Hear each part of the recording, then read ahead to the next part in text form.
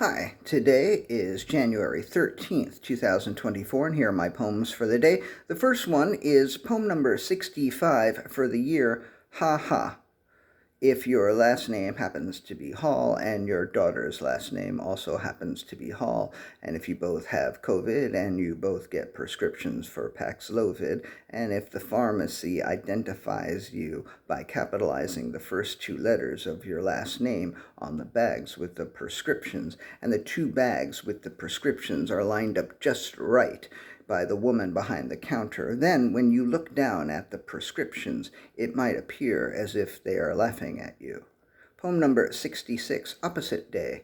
I should have known that if I were to post on social media the positive test results of yesterday's COVID test, along with repeated insistences that I am perfectly fine, that I would still get many comments telling me to get well soon. I mean, it's nice, I guess, that people care, but it means that those people took the time to notice the picture and to comment, but didn't take the time to read even the first couple of lines of my post. I shouldn't complain. People are just being nice, but it feels weird to have so many people tell you to get well soon when you are feeling perfectly healthy. It's almost like being gaslighted. Maybe the next time I am sick, everyone will congratulate me on my good health. That would be kind of fun, I suppose.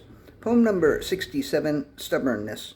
There's the kind of stubbornness that makes you take it and take it and take it, and you learn how much you can take, and you realize that you are stronger than you thought you were. But there's also that kind of stubbornness that makes you take much more than you should, and the only thing you learn from that kind of stubbornness is that you're stupid and stubborn. Poem number 68, Blanket. Or is stubbornness just stubbornness? Is all stubbornness cut from the same cloth, a cloth of stubbornness cut into a thick garment that you wear to protect yourself from the coldness of others, but that also prevents you from feeling their warmth? You've got to know when to be naked and when not to be naked, or you've got to know that when you are naked and the other person is cold, that you're going to freeze.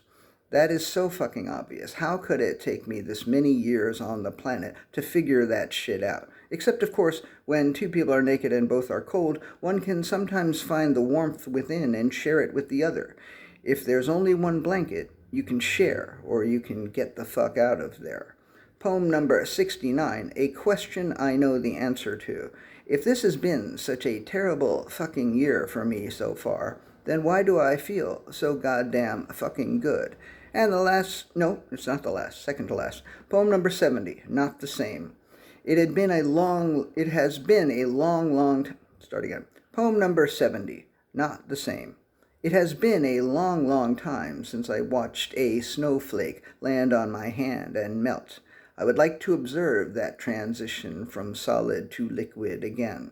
I can take an ice cube and put it in a glass and watch it transition, but it would not be the same. And I don't keep a tray of ice in the freezer. And the last poem of the day, poem number 71, Winnowing. There was much winnowing this morning. Several of the poems went on, and I went back through them, and I was like, I don't need this, and fuck that, and no, that's implicit, and nobody needs to know that. It's not like any of these are fucking bonsai trees, but I believe that they are better than they were, except for number 70, which spilled out exactly as is. I love when that happens, and 70 is my favorite today, not just because I don't know what it's about exactly, but because it required no winnowing. All right, thank you so much. I appreciate you. Really thought I was going to go over 5 today, but I'm under 4. I appreciate you.